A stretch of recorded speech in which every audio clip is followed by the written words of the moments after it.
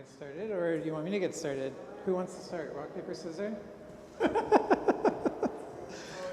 Okay. Well, thanks everyone for being here. This is a really a near and dear topic to both of mine and Naomi's hearts. It has really informed a lot of our practice and what we do as artists, also as printmakers. And both of us, like when we were trying to figure out what we were going to do, we were like, archives, material, we'll figure it out. And then we were like, let's also like put a platform also for other artists. And so we're really delighted to have these three artists joining us today and professionals within the field. Because I always say, even though I'm going to be talking and loving and enjoying archives and all their ideas, I'm not an archivist. I am not like a researcher. I'm not a theorist. I'm just a little artist. So it's great to have some people who have a little bit more specialty in some areas than I do, and I'm really excited for them to be here. Naomi, anything that you want to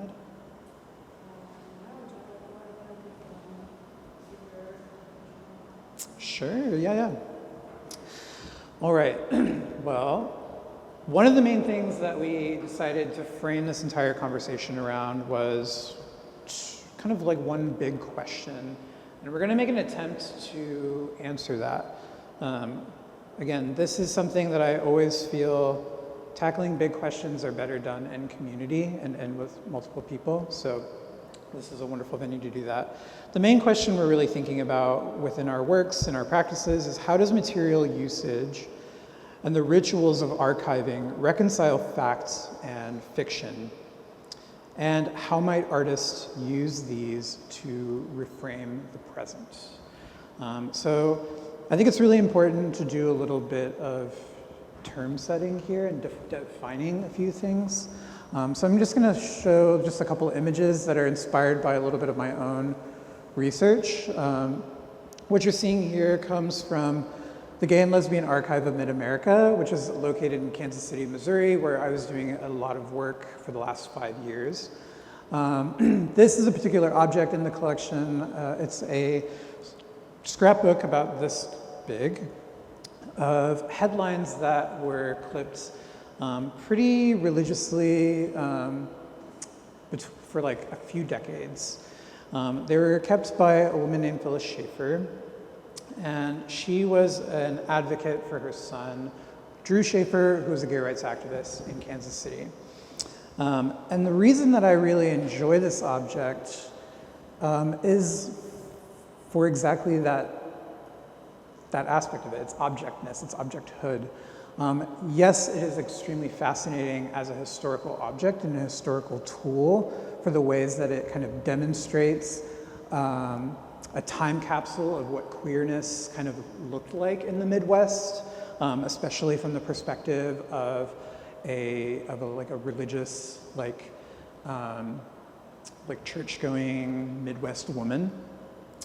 But also, like, there's some really fascinating creative decisions around layering and around material and around color and all these really aesthetic things that are beginning to happen as you kind of flip through the almost 400 pages that the volumes were kept in.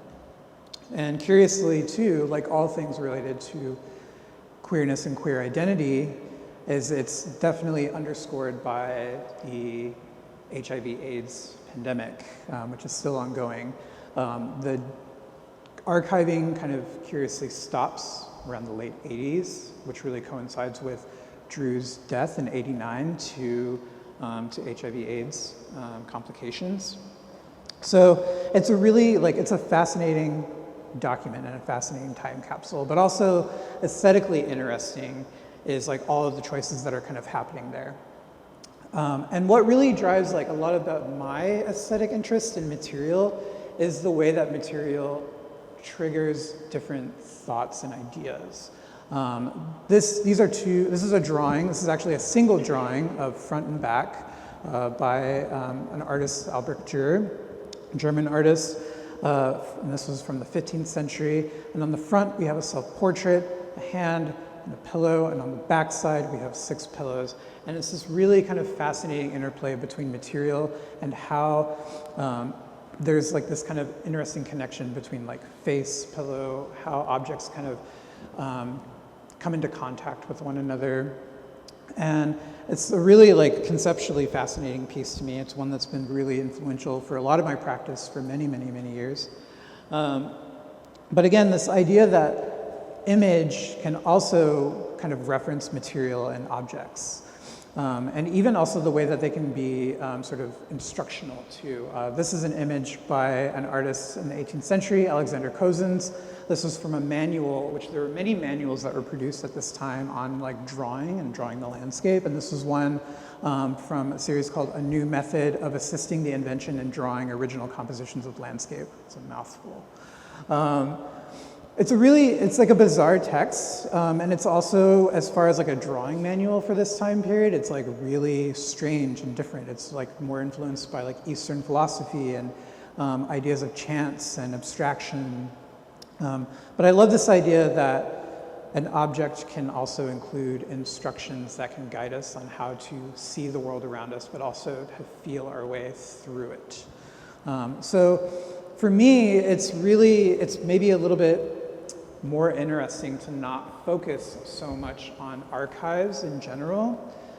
It can be a really sticky term, and a really sticky and problematic word, you know, because it's wrapped up in like institutions and whatnot. But what I find maybe more useful is the way that we focus on material itself. And so that really defines and drives a lot of what we are all kind of gathered here today to talk a little bit about. And these are some of the works that I have that are in the exhibition that are triggered by the things that I'm researching and the ideas that I'm thinking about around landscape and ecology and layering and pattern and decoration. So, and these are ones that are included in the show here. Naomi, thought I'd let you kind of talk a little bit about this. Great, can everyone hear me okay? Okay. Quick thank you to the Center for hosting this talk. I'm so excited to be with friends and colleagues to discuss something I feel like I'm constantly rambling about at parties, and so it's nice to be able to put it in a professional context. Thanks for being at our party. My work is specifically about like my experiences as a biracial person who is invested in world building, and my use of materials is representative of this sort of belonging, and I use it in new language. I'm interested in utilizing fugitive and organic materials in tandem with extremely dead and inert materials. And in doing this, I'm attempting to simultaneously explore origin and scrutinize our own ideas of authenticity. And I think authenticity is something that often comes up in both archives and materials. And like many other artists, whose practice is rooted in process and medium materials embody this individuality that I'm trying to represent holistically. The term material kinship is pulled from a collection of essays edited by Michael and Clement Edwards, and it's simply a combination of both words and a loose description of our relationship to the material world. Of extraction and ownership, and to the ways that we've embedded personal and cultural meaning. And when I first read this collection, I felt but connect my practice as an archivist, as an art mover, and my own experiences of using material to obscure origin and work through different sort of processes to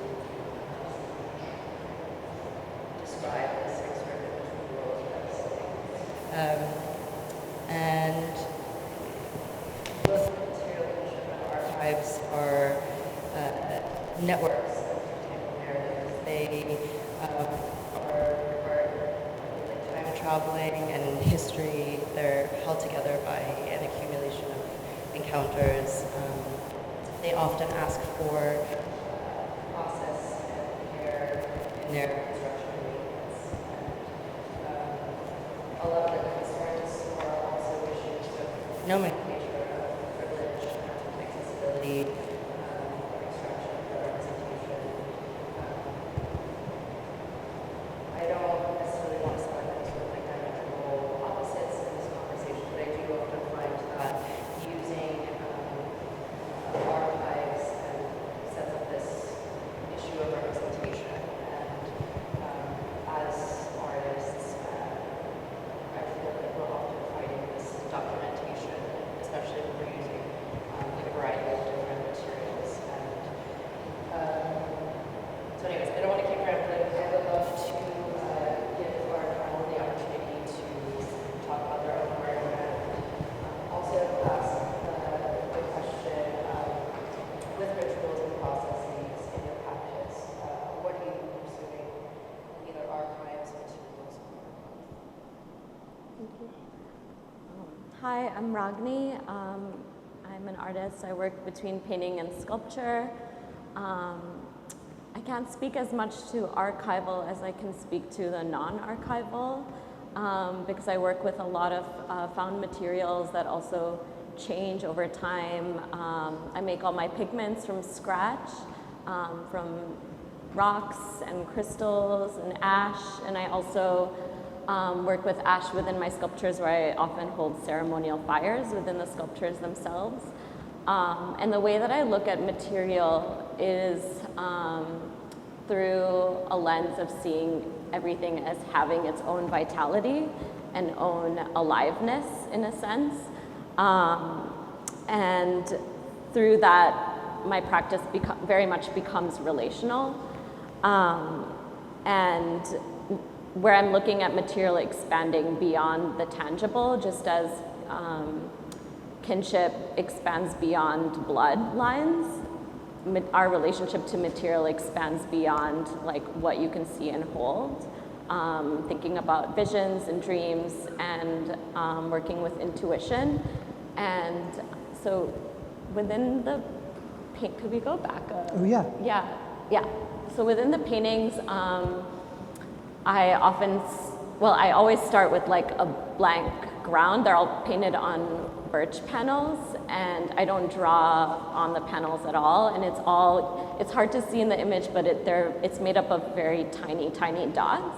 And so I work with a paintbrush that has a single hair, and I start like somewhere in a corner, and I just like, it's very, very intuitive, and it starts building this picture out of like a very, very slow, labor-intensive, meditative process. And that's how I find connection through material, is I want to find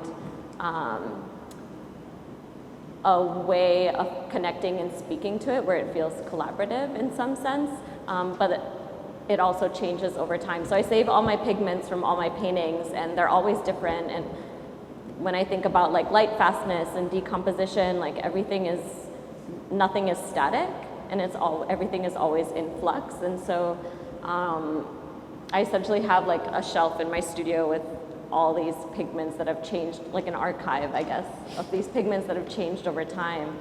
And that's really interesting to me. With the sculptures, the ash, I've been collecting ash for over 7 years, and it's ash that comes from fires I've had outside with family, friends, and community, but also ash that's part of the burning, that comes from the burning of the sculptures themselves. And the sculptures are always kind of like falling apart and changing as I install them every time, and so they're never truly in a singular state. And so, yeah, I guess that's kind of how I see my work speaking to also the non-archival in a sense. Yeah. Thank you, Ragini. That was beautiful. Can everyone hear me okay? Oh, I forgot. If I speak at this volume? One before. Yeah. Oh, it's not there, but that's okay. Oh, okay. It will sorry. be. My work, my way of being in the world is based on the assumption that we live in an age of anxiety. And for me, that's, as I have to imagine for many of you, that's an embodied and emotional experience. So of course it's going to affect essentially the way that I show up in the world.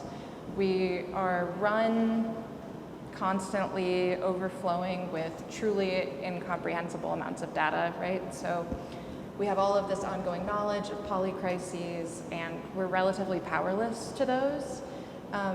And within that context, I think of material and ritual as discrete and rare examples of two things that actually provide consistency, because they're tangible and they're within our control. So the way that this shows up in my work is there's a type of unconscious magical thinking that I think we all sometimes do, where the information that we receive about something like a shelling in Gaza is presented to us the same way that a notification for a prescription refill is given to us, or an update that our order has been shipped. And I would suggest that we sort of begin to collapse those threads, and we find ourselves looking to reckon with things that we can't affect directly in the same way that we relate to things we can. And that impulse obviously precedes the digital, but I think it's really exacerbated by it. So I write about this in artist books. There's a cyanotype that corresponds to a book. A little later, maybe? Yeah, there we go. I saw it in the deck, I think, so maybe it's after the... There we go. Sorry about that. So I write about this in artist books like the book that this cyanotype corresponds to. And it centers on my self-taught impulse as a toddler to rearrange the next day's clothes on the shape of the floor of my bedroom. I'm like really interested in the ubiquity of routines like that. I think many of us have similar acts of preparation that we do. And I think that they function as coping mechanisms. The clothes are there, they're gonna stay there, they're gonna stay where I put them.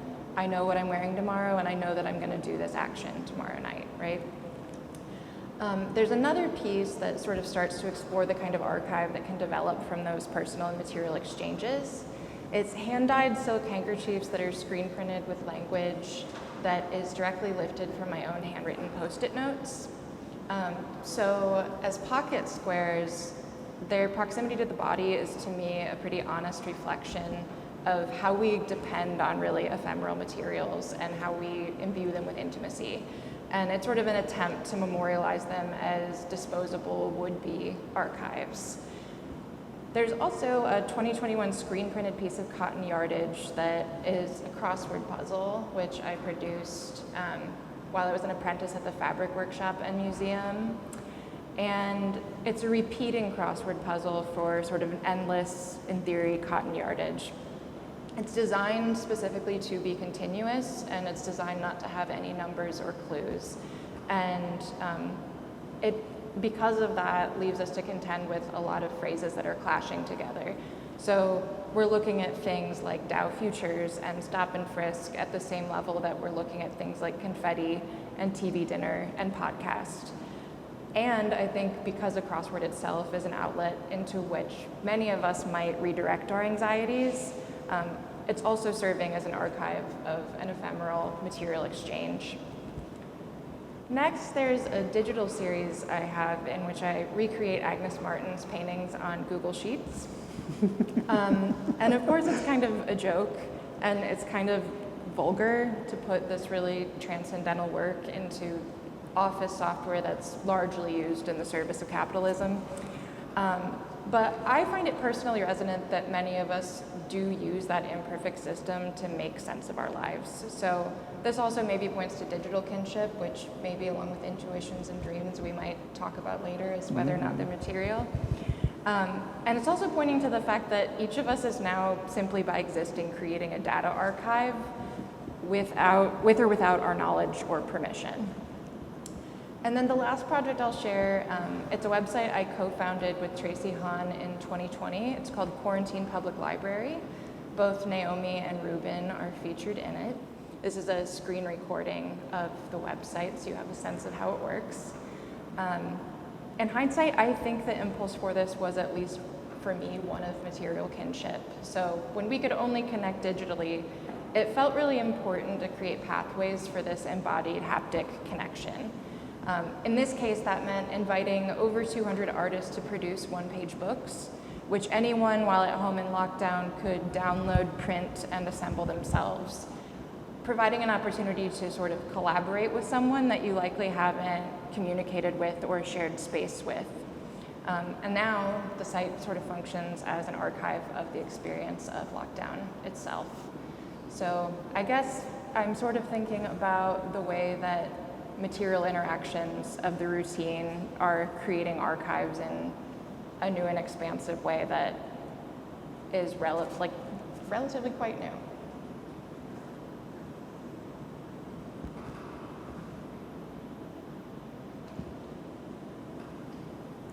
Hi everyone, my name's Peter. I'm currently a graduate student at Pratt Institute, getting my master's in information and library science.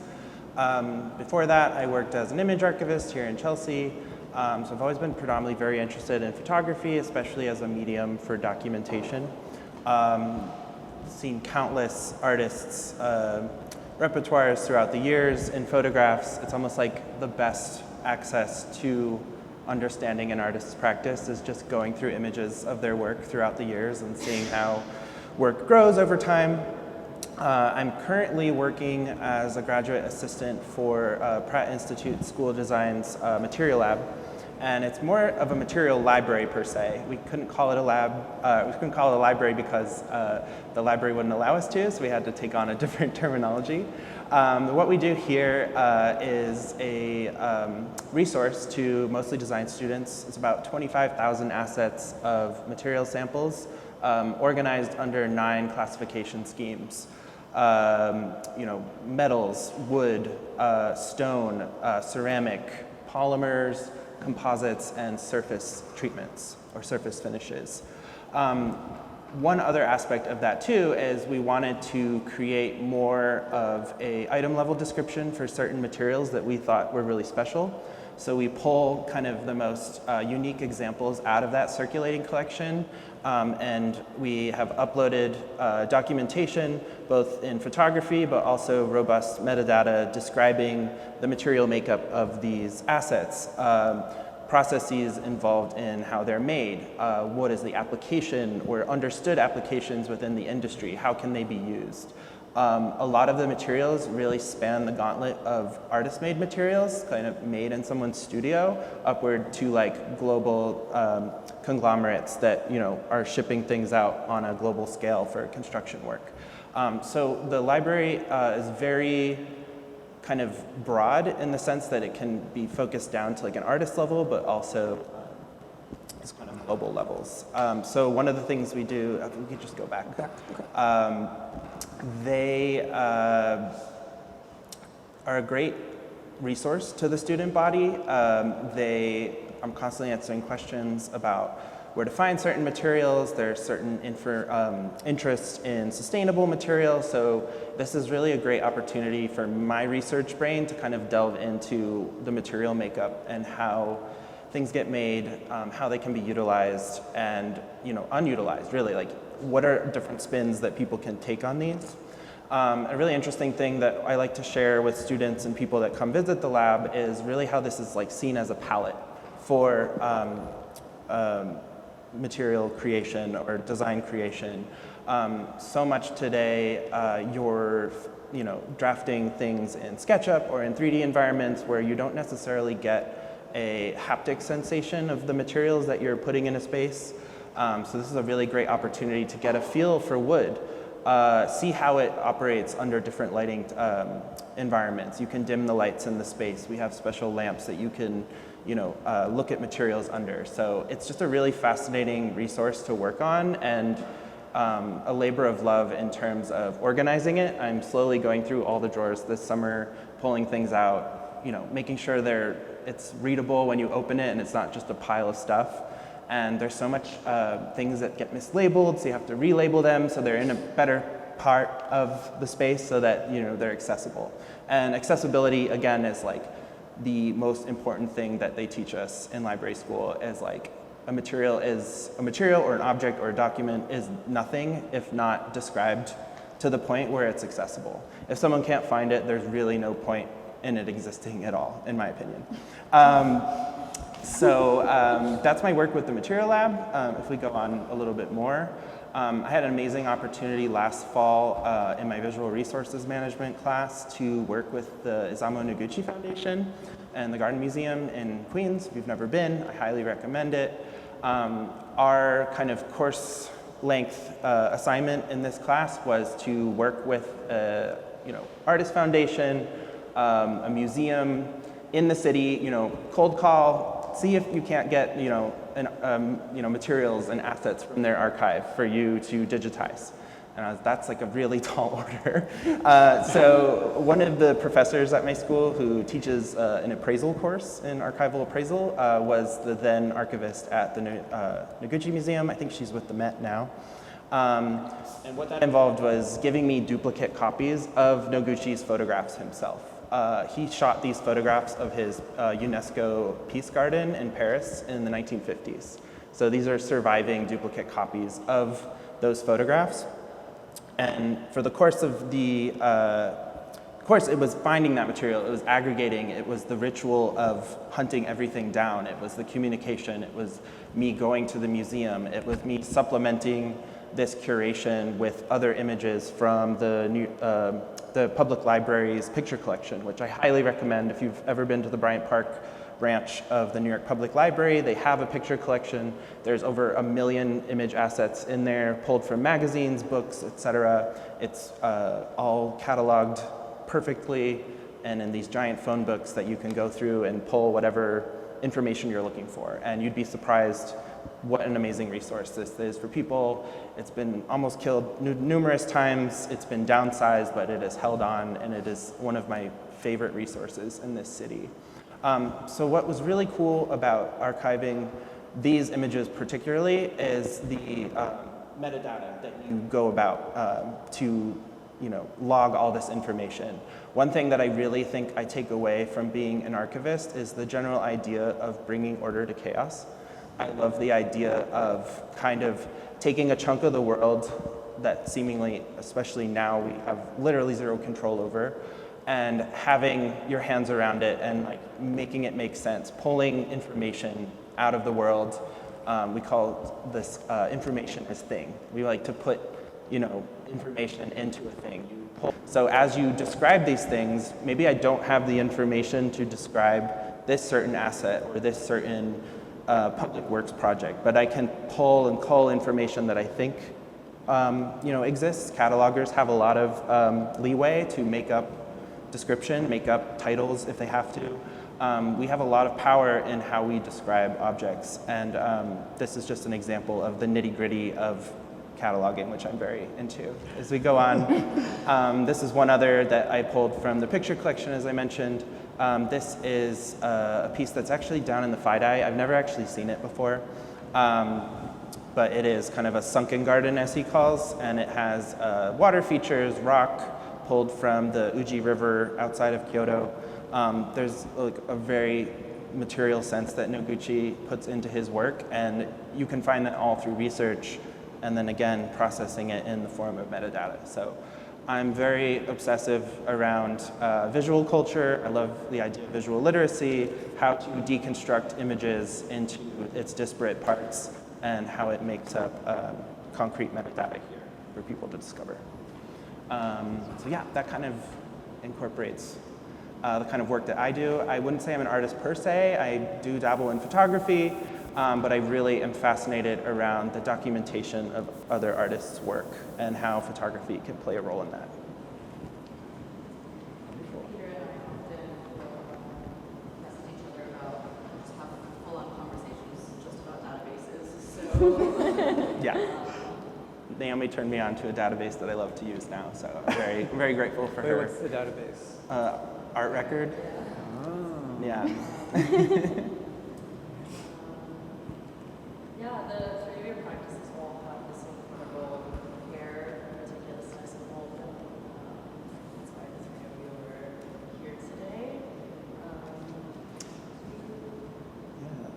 Yeah, I mean, there's like this idea of also, I think something that really emerged from hearing all three of you talk was this idea of like control versus lack of control. What can we, like, what's tangible, what's not? What do we name, what do we not? What are we anxious about, what do we care for? I also love this idea that anxiety, to be anxious about something, this is something that comes from Sarah Ahmed when talking about ideas of like happiness, but like anxiousness and care are really linked together. To be anxious about something is to care about something's well-being.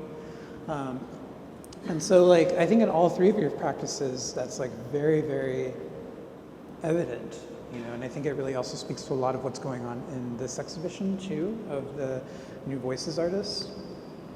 And I'm kind of wondering, like, for each of you, like, what is your relationship to that sense of meticulousness and care? What does it mean for images and objects and materials to be in conversation with that type of stuff? Just kind of open, whoever wants to take that. It's a big question.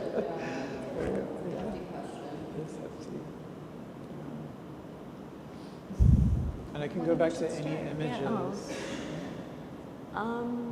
I think for me, it's through, like, care really begins with the preparation of material and the collection of it, and like where its source is and what my relationship to that source is, and then how I can carry that forward.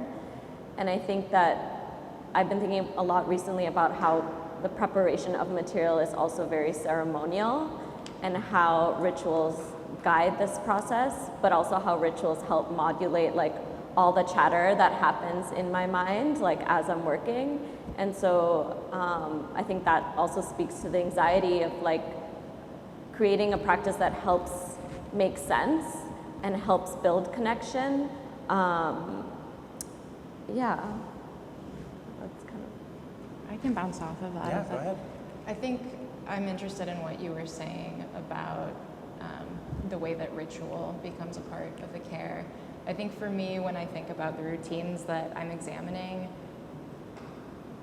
if there's not the sort of associated anticipation that there's a disconnected product that's going to come of my action, that's the thing that makes it feel like a ritual to me. Mm-hmm. This idea that there's a disconnected outcome, even though you're interacting with something extremely different that is very obviously not affecting it. Gia Tolentino talked about this in 2017, how she got really into skincare, and the way that that was a small response in her way to the unraveling of the political fabric of the country at that time. And I think when you think about the existence of things like the Container Store, to which I'm in the member rewards program, okay? The Container Store, or the popularity of things like the Home Edit and these organizing shows on Netflix, I think I would argue that Pinterest, it's all sort of like part of self-improvement culture in the way that it functions. Clean talk. What's that? Clean talk, clean, like the clean, yes, like, yes, exactly. craze on TikTok and social media reels, yeah. Exactly. And so the sticky point for me, it's really interesting as it relates to what you brought up about Sarah Ahmed, because I think sometimes because we experience this resolution, we leave whatever ritual we're doing feeling like we've changed something, and we actually haven't. And there's definitely value in self-soothing and coping things that are beyond our control, but I'm interested in the way that it can sort of misdirect things or mask actually taking action in a meaningful way. Peter, I'm kind of like personally a little interested in like your take on this, because you're kind of coming at it not like we're thinking about it from like this really artist perspective, but you're really, you know, we may be like, damn the material, you know, we'll just do whatever we want with it and like hope that something kind of happens, but you have a real kind of like real sense of care to it, and like categorizing it, like from your end, like how does that like? Yeah, so over time, archivists have tried to argue that we call ourselves more stewards than gatekeepers anymore. Yeah. We're not trying to gatekeep information from anyone. We're just trying to like usher it into the limelight. So care is a constant practice in our discipline where we are constantly finding any kind of degradation of material. I'm going through things in the lab where, this is really frayed. I don't know how, interesting this is to anyone anymore, or the information from the business fell off. Like, there's no way to contextualize this anymore. Weeding, as we call it, is the big thing that we do to kind of take things out of circulation that don't really serve a purpose anymore. Then we can donate it off to as a material resource through the Pratt Give Take for artists to use. If the resource can't categorize it in a certain way, then maybe it might serve a better purpose to an artist as a raw resource. I think of care as well in terms of something that we refer to as critical librarianship, or radical librarianship, is the idea that we constantly have to be updating the terminologies of description. Over time, human history has always chosen certain ways to describe objects or literature that might be problematic in a sense today. We might not describe things the same way now, so there's a conscious effort in the librarianship community to update terminology so that it's more reflective of our zeitgeist, of the cultural happenings of right now. And it is a decision to retire kind of outdated terminology that some communities might find offensive.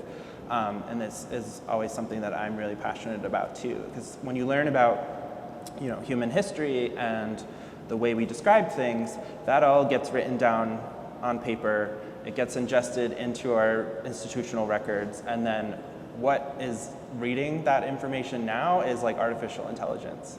So artificial intelligence too is kind of perpetuating a lot of human history into the way it reads data systems, and it's just regurgitating human biases in a sense. And one thing about being librarians is, we're supposed to be seen as the neutral, and like, maybe we shouldn't touch this terminology because we should always remain neutral. It's like, no, we should actually really lean in to being very radical about how we want to define things as we go into the future, especially as so much in our present day is like really tumultuous and stuff is happening so fast.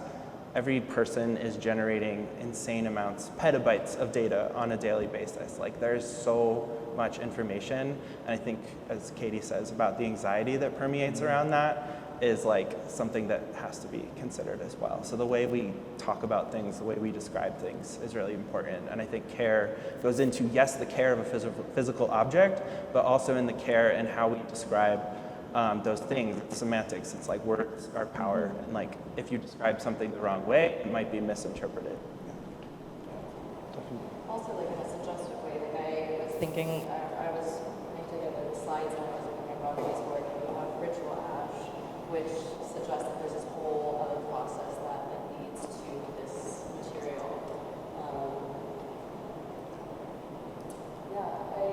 Do we also want to take a moment to do questions from the audience, maybe?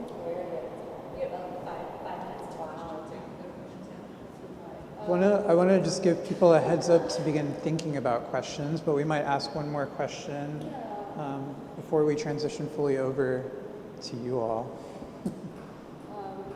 I do want to say like a quick thing about here, just like in regards to like my own practice. Like I feel really lucky to sort of like bridge the sort of studio gallery world as a handler, as an archivist, or as an artist. And I get to see this entire lifespan of an object. And for a while, like when I began art handling, I really had some difficulty sort of reconciling this. I felt it was almost like a day job situation, and I felt this disconnect. And a colleague mentioned to me that art handlers and archivists are caretakers very much in the same way that you're basically practicing sort of like funerary rites. That these objects are, I don't want to use the term exhumed, but like they basically are like recontextualized every time they're brought out of these out of storage, and they're given new life every single time. And then once they're back in the storage, they require certain materials and care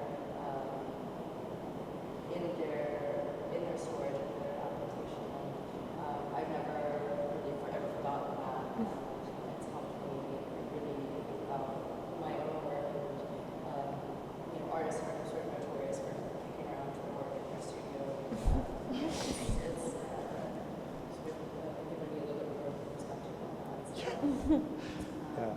Well, and I think also, like, I love this idea of keeping things in circulation, right? To keep it aware, to keep it at the top of mind, or to keep it rethought.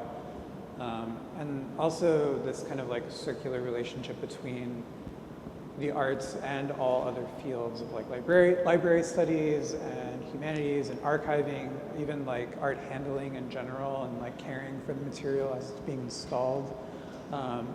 All of those things are super important, right? And it's one of those things where it's like, as an educator, you know, I think a lot about how, like, the responsibility we have to our students to be thinking as artists, right? Like, maybe some of y'all have seen the like recent headlines about art majors, art history majors, and design majors being the ones who have like the least, like they're the most like unemployed, right?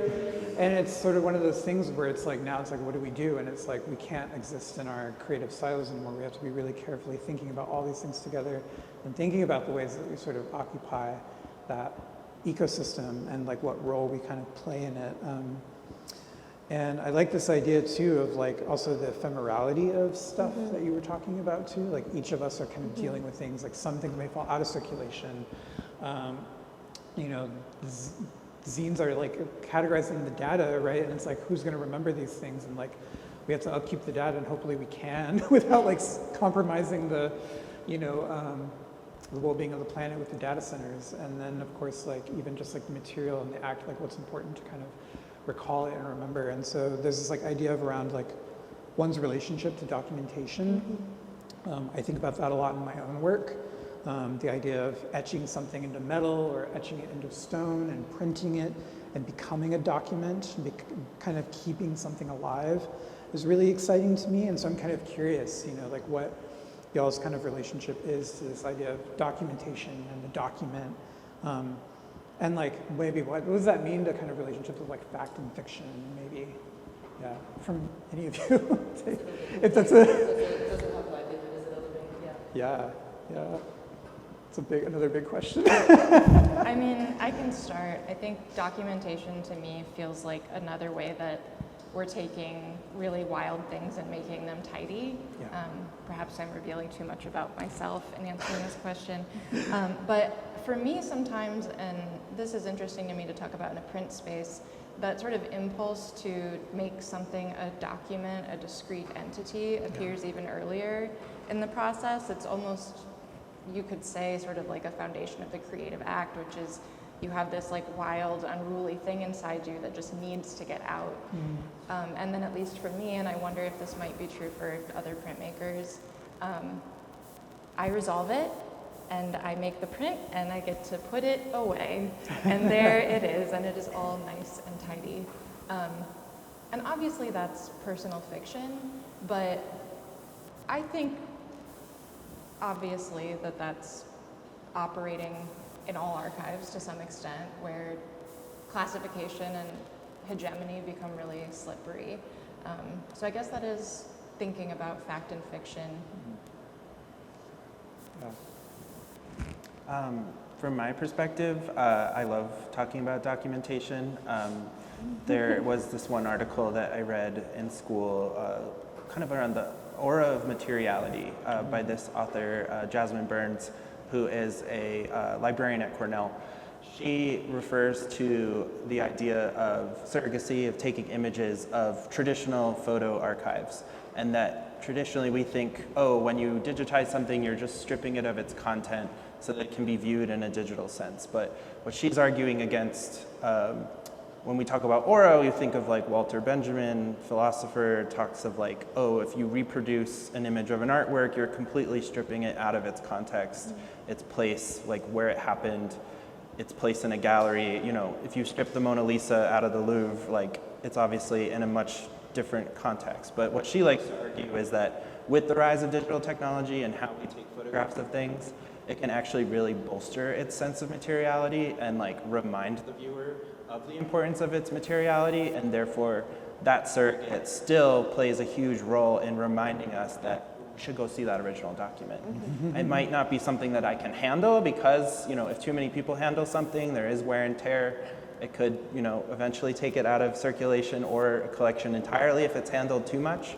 That's where beautiful preservation and conservation work comes in. But the idea that the technology is getting so much better, one thing I like to talk about is RTI, which is a thing called reflection transference imaging, I think. And the idea is that it is basically a composite photograph of a single object, but taken from numerous light vantage points, like underneath a dome.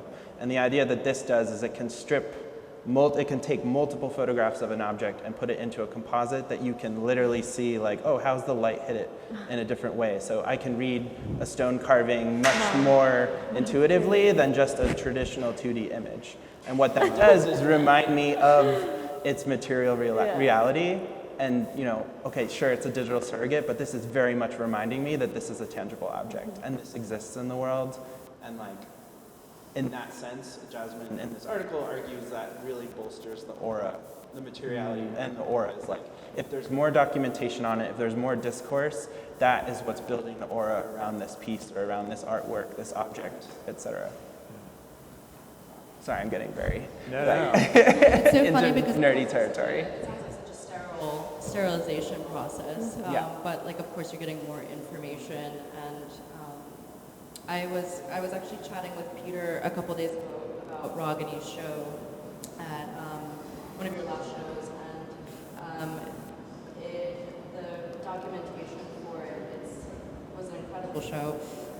The documentation for it was lower lighting to sort of emulate the same lighting that you have in your own studio, and to, that brought up these concerns about what does that mean in terms of the legibility of the image online, and for me that wasn't so much of a concern because I think I'm more interested in the general mood of being inspired to go and see it in person. But I know for you, it's working in a gallery. I'd be curious to know that sort of complication of. I think it's important for me to I want to complicate that. I want the work to demand presence, and the palette is so dark in most of my paintings that you can't really. It's almost impossible to photograph because it also changes as you move around. It's very perceptual, and I want your eyes to slowly adjust to the work and have it be an active viewing process that can't be consolidated into some sense of documentation. And so I like that even documentation of the show itself is so dark you can hardly see the work, and I enjoy that. This process that you described, these arts, and just these two things, this can't exist. Yeah. And also the way that the documentation become now a new thing. Yeah. Aesthetically too, because it does have all these kind of formal components and aspects to it now. I think it's fascinating. Hopefully that's given some of y'all some time to think of questions for us. We'd love to hear from y'all now. If you have questions for either Naomi or myself or the artist, either the artist or all of us. We do have a mic too to pass. Blair. Thank you for being brave, Blair.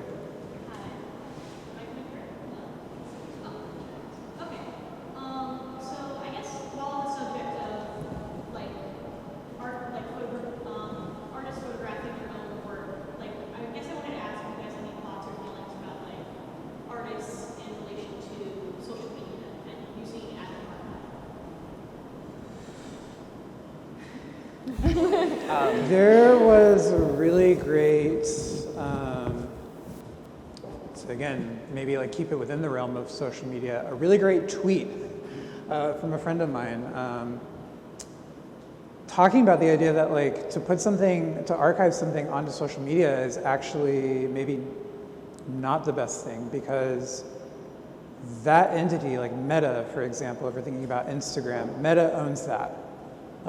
Meta owns it on Facebook, it owns it on Instagram, it owns it even on like another platform, right? Elon Musk could own our tweets, right? And like can do anything they want with this, right? And so this idea of like who is actually like in control of it, I think like earlier when I was kind of referring to maybe my trepidations around like archives, is this like maybe like more older idea of like the institutional archive itself and like who's controlling that information and who's making it accessible. And like I'm really excited about more radical archiving that increases that accessibility. But yeah, like I think on social media there's this kind of fear of like it's actually not really our material. It can actually be taken away from us at any point. And I think we've experienced some of that loss of that information. No, I'd agree entirely. Yeah, it's not a good place for an archive from a preservation standpoint. Yeah. The internet is not forever. It's very much attached to servers, and servers can go down. Yeah. You know, Just platforms experience. MTV archives Yes. would can go. disappear. Yeah. R.I.P. Vine. Like, Vine was very like fundamental in my. Same. So it is definitely a concern of like those entities, like Ruben said as well. Your copyright is completely stripped. You maintain your copyright, but they basically have a license to use your work. And as we've seen, not to hark on like AI again, but like you never know. Oh, maybe my images and my work are being factored into like machine learning and figuring out how to like, take my style or Naomi's style and turn it into something completely different just based off images as like source material. Google has access to all of this. Yeah. They have access to our site. Yeah, so we're right? hosting And they this can, on like, a they Google can do Drive. this AI generation. Like, not to sound all conspiratorial, but like. I have no interest in defending Meta or Google. But I think the thing that we have to contend with that is that it is extremely problematic that the fastest, most accessible, most permeable, and thing with the widest circulation that's available to us comes at the price of not only us giving that information away, but interacting with advertising. Mm-hmm. Yeah. Yeah. But if we want people to see it, Yeah. And those platforms can ban you with no explanation and basically render you completely like enable of accessing that material again. And maybe you don't have copies saved of some of the posts. Like it can be a nightmare if those things happen to people. and yet, if people can't find it, does it exist? And also, I mean, too, not to like keep it too in the realm of like anti and no, but maybe in more simultaneity, like thinking about that idea of circularity and like two truths being possible. And so it's like, yes, I can put it there and I can archive it there, and I shouldn't archive it there, and I should have it somewhere else. Because unfortunately, we've seen this too with social media and archiving in general and Instagram and getting off that platform, right? It's easier said than done for some people who maybe their living is off of that too. So I think it's worth also, like, how do we live with that too? And like, how do we contend with it in the moment? And how do we like actively think about other alternatives at the same time in simultaneity? Any other questions?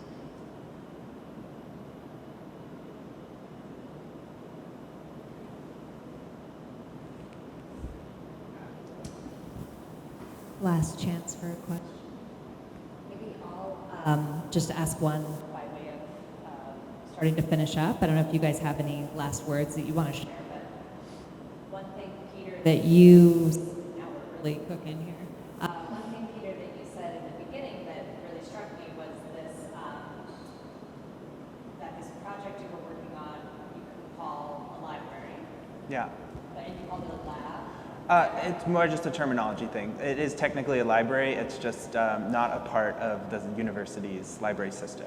I just wondered, I was like wondering kind of what, if that was because it didn't meet some kind for a library, or No, it's literally just like communications, marketing, kind of like. So not an yeah. interesting question to end on. No. No, that's okay. Any Well, final except thoughts? that once again, there's this sort of consumerist messaging that's setting the framework for how we're allowed to communicate and Yeah. experience those materials. Yeah, and the term lab can sometimes lead people down a path of thinking like, oh, I can experiment with these, I can like break it apart and like burn it and stuff like, no, like it's a library, you wouldn't do that to a book, like please bring it back in the best, possible way. That's what the studio's for. Yeah. I'll hand it off to Ruben and Naomi to finish up. Sure, yeah. I think that is really it. I just want to thank you all for attending and being like witness to the conversation that we're kind of having around this slippage of terms and possibilities around like archives and materials. And hopefully it's something, if you're artists, right, something that you can take back to your studio to really consider and think about. If you are not artist, right, think about like the ways it can impact like other parts of your life, your daily kind of living, or even just like things in your life too. So hopefully, yeah, a very special thank you to Rodney, Katie, and Peter. yes. For being part of this conversation. Yeah. And thank you to Naomi for being an amazing collaborator. Thank you.